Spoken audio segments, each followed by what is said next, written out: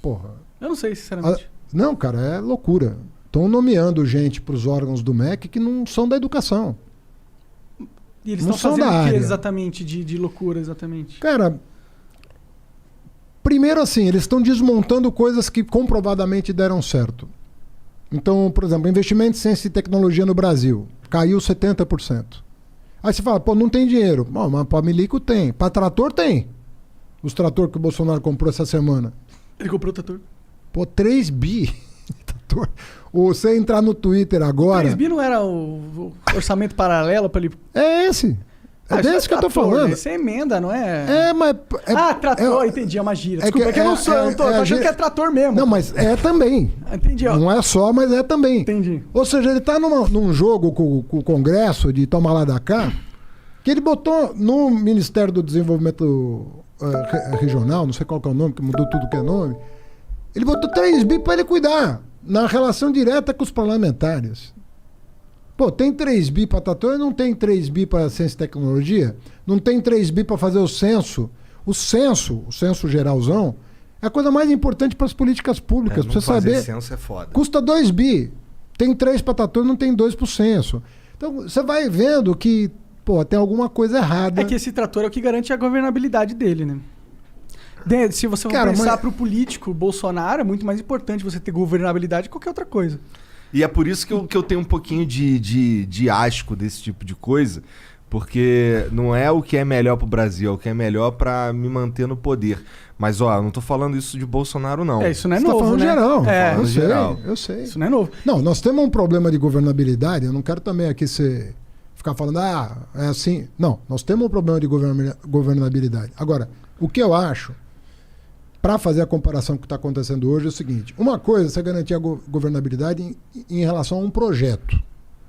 Agora, quando você não consegue enxergar qual é o projeto, aí você fala, bom, então é o poder pelo poder, ou o que nós estamos fazendo?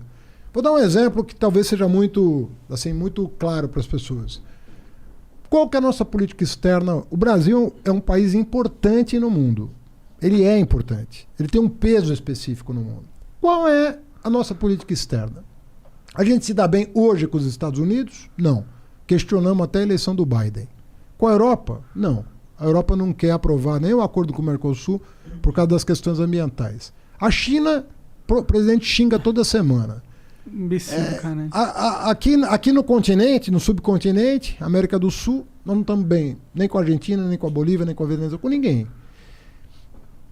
Qual que é o nosso plano, cara? Como é que a gente se encaixa no mundo? Como é que a gente se insere na economia global?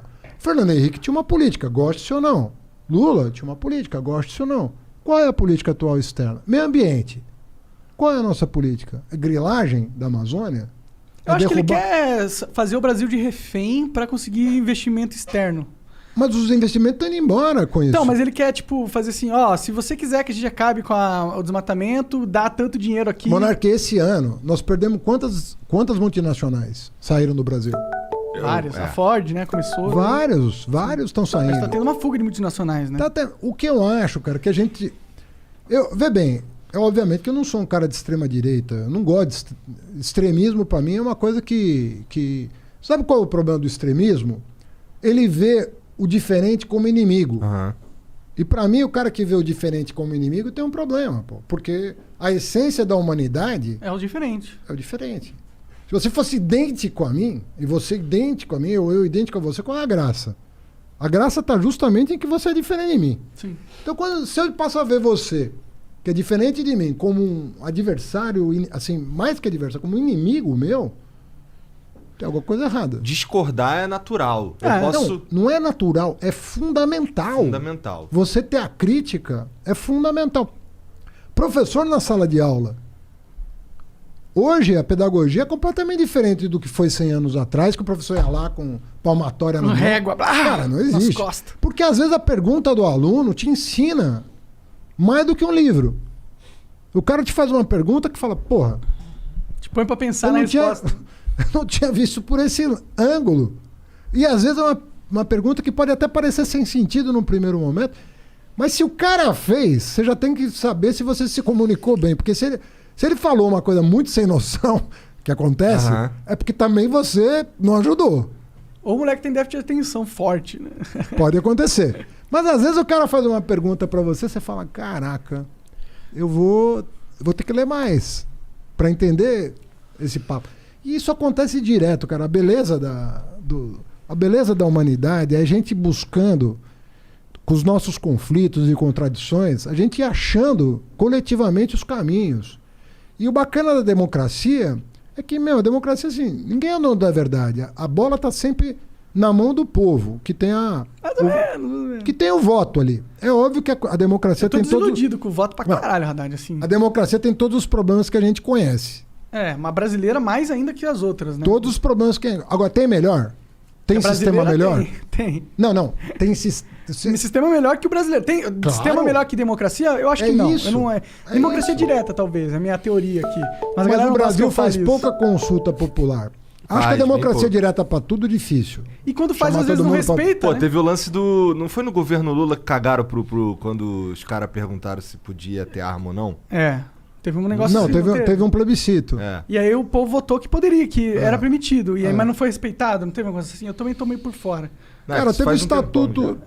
Teve o Estatuto do Desarmamento depois que regulou essa matéria. Né? Mas a gente teve pouca consulta. A gente teve uma em 93 sobre regime de governo, que definiu o presidencialismo. Nós perguntamos para os brasileiros se eles queriam votar para a monarquia, cara. Esse país teve a coragem de botar ali. Quer a monarquia? Topamos. Quer parlamentarismo presidencialista? Topamos. Mas tu sente que seria respeitado se a gente escolhesse algo diferente do presidencialismo? Seria. Acho que sim também. Principalmente o parlamentarismo, que basicamente o que já acontece, só que de forma bizarra, esquizofrênica. Na verdade, a gente não... O que o povo entendeu? Que o nosso Congresso não era maduro o suficiente para eleger eles o chefe de governo.